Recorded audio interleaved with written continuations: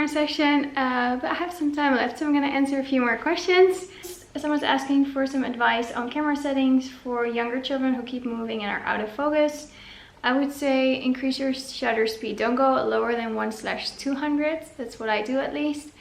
It might mean that you have to increase your ISO a little bit. Also using like a smaller aperture when you're photographing two kids at the same time. So yeah, when you're photoing at 1.4, 1.6, 1.8, yeah, there's a big risk that someone is going to be blurry because you can only focus on one child. Use a single focus point, so you focus on the eyes of one child, and then if that other child is standing a lot in front of the other child or behind it, it's going to be out of focus. So maybe having a smaller aperture like 5.6. I mean, you can go to 7, 8 as long as you have enough light. But yeah, don't go lower in your shutter speed than 1/200. Here it says, what are your most popular products you sell? I think it's for our shoots. I think newborn and cake smash. Those are my most popular products. I personally love the sitter session. Maternity shoots, I do offer them in combination with a newborn session. It's not booked that often. I do get requests for family shoots, but I just don't offer them at the moment except for like mini sessions. So my most popular product is newborn probably, and then cake smash. What was the most outrageous demand what a client has ever had for their pics? Not particularly one, but yeah, if you're like, when you're asked to remove a person who is standing in the middle of a family portrait, yeah, I'm not a wizard. Or to make people look slimmer in photos when they're standing like in a family portrait, it's a little bit challenging. I'd rather keep it all very natural. Of course, I can remove a tattoo on the photo or make their teeth wider or even out their skin tone or whatever, but I'd rather keep it really natural. So no really crazy demands. I'm just not a wizard. Yeah. Here it says, my only question is, what is your image sizing setting once you're finished editing so the client can have whatever size desired? I'll put it in the screen right now. As far as pixels, it's like 4000 by 6000 if I remember correctly. But I'll just put some camera settings in here right now. Which program do you use to edit the photos? Photoshop. How do I edit? Sometimes I warm them up a little bit. I add a little bit more light, also a little bit more contrast so the image pops more. I do some hand editing, like editing the skin of a newborn. But to me, it's all about right color temperature, the amount of light in the photo, contrast. That'll get you pretty far. Like curves in Photoshop will get you somewhere. So yeah, just play with that. So here it says, do you find yourself having to extend your backdrop post? Only for horizontal photos during a cake smash session. Vertical photos are fine, close-ups are fine, of course, but horizontal photos during a cake smash session, because I do have some distance between the backdrop and the child, because I want to have the honeycombs a little bit like blurry in the back, and just create some distance. I don't want them to be too close sitting towards the backdrop, so I put them forward quite a lot, which means that when I take a horizontal photo, I might have to extend my backdrop a little bit. So when I put the banners in the back, yeah, sometimes it's hard because you have like these like triangular banners and then you have to like clone them in there. But usually when I have like the circle hoops in the back, you know, it's just like creamy colored backdrop that I have to like paint in there. So yeah, I do extend them sometimes. For newborn sessions, not really. Like the family photo, yeah. And then for newborn session, like the backdrop, because it's the diploma shell, it's round. Sometimes when I take a photo in the back, you see that the end of the diploma shell and then the wall, and you know, it's like rounded off. So I do clone the backdrop, like extending it to the back for a newborn session as well, yeah. How long it takes you since you make a photo shoot until you give it to the parents? Within 2 days, the parents get a preview. Within a week, the link to their gallery. For the editing of each picture, yeah, I think editing each picture 2-3 minutes. So yeah, some hand edits, and then I recorded my own actions in Photoshop. So all these several steps that I did, I recorded it in one set, and then it saves the image as well. It closes the images so I can continue with the next. So the hand edits sometimes only take a minute or two, and then I press play on my already recorded my own action, and then I just wait for the image to save and be closed so I can go on to the next. So which is why I'm usually watching like a TV show while I'm editing, because I do some hand edits, I press the button and then I wait a little bit. It goes pretty fast. I use a MacBook Pro Retina screen, whatever, and then it goes on to the next photo. But it's not super long, no. What size minimum do you recommend for a studio? Someone says I have that is 14 square meters. It's tight, but it's possible. I don't think there's a minimum size, as long as you have the windows, the walls the way you want them. Maybe you only have one decor, or you only do like newborn photos on the beanbag stand. You need like somewhere to sit for the parents, maybe like a coffee table, and then your beanbag stand, maybe some props on the side. Yeah, it can be small but beautiful still and functional. But yeah, if you want to have 3 backdrops right next to each other, you need more space. What do you do if the baby or the kids are not in a good mood? Do you wait a while or do you cancel the session? Both. I would say wait a while first. Just play with the child, drink a cup of coffee with the parents, just chat. Maybe the baby is hungry, thirsty, whatever. And then continue. And if the baby really does not feel well, cancel and do it some other time. What is my favorite part of my work? Shooting and editing. Least favorite part, administration, answering emails. Yeah. This is actually a very interesting question. It leads up. It says, I love your video. It's good to see your energy and passion about the kids' photography and the quality of your work. But it seems it's always the same day by day. Just the kids and the decoration changes. I'm sure that I'm wrong. So could you tell us something about your motivation and challenges? You're not wrong. It is sometimes on a day-to-day basis pretty similar. People select decors from my website, for example, for a cake smash. And sometimes I even have the same decors on the same day with the same cake that the parents picked. It's just a different child and different parents. But that's the thing, like it's still work. And it's okay for me because the child makes it so different. For me, a cake smash session, you never know what to expect. A newborn session, you never know what to expect. Baby can be wide awake, baby can be sleeping, baby can be smiling a lot in their sleep. Baby can be, you know, with a big brother or sister who's really fun, cooperating or not cooperating. So yeah, I just chat with the parents. We have lovely conversations during newborn sessions, so that's really great. But yeah, taking the photo, shooting the photo. Of course, you can play a little bit with styling, use a different prop, use different colors, use different outfits, and really have like a concept in mind, like using fresh flowers or, I don't know, a basket of apples, whatever. You can be very creative, but at the end, it is still work. It's still my job. So sometimes it's not as exciting. So as a photographer, sometimes it's nice to do some free work, like to attend a workshop, do dog photography, take some fine art portraits.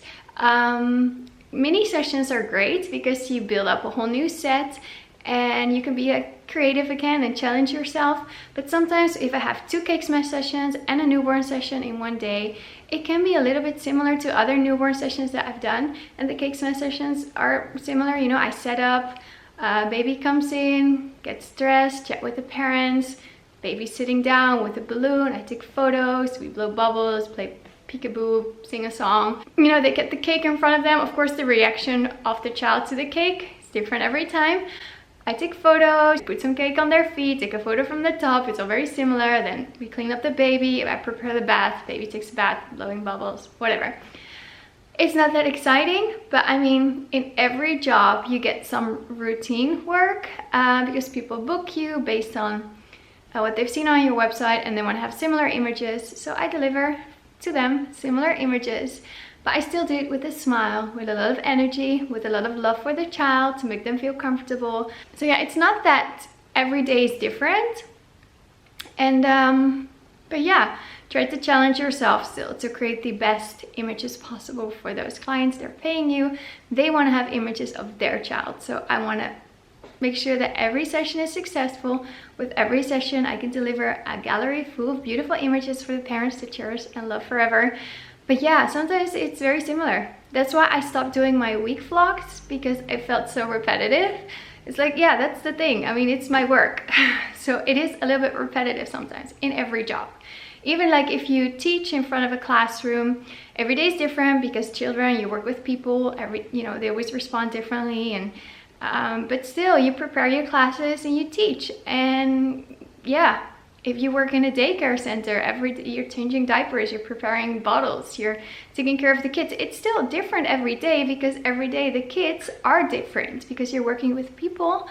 But yeah, if you work in an office, if you work in a shop, every day is of course not the exact copy of the other day, but there are many similarities. It's okay because it's my job and I still love doing what I'm doing. And sometimes I just have to challenge myself a little bit more by doing some free work.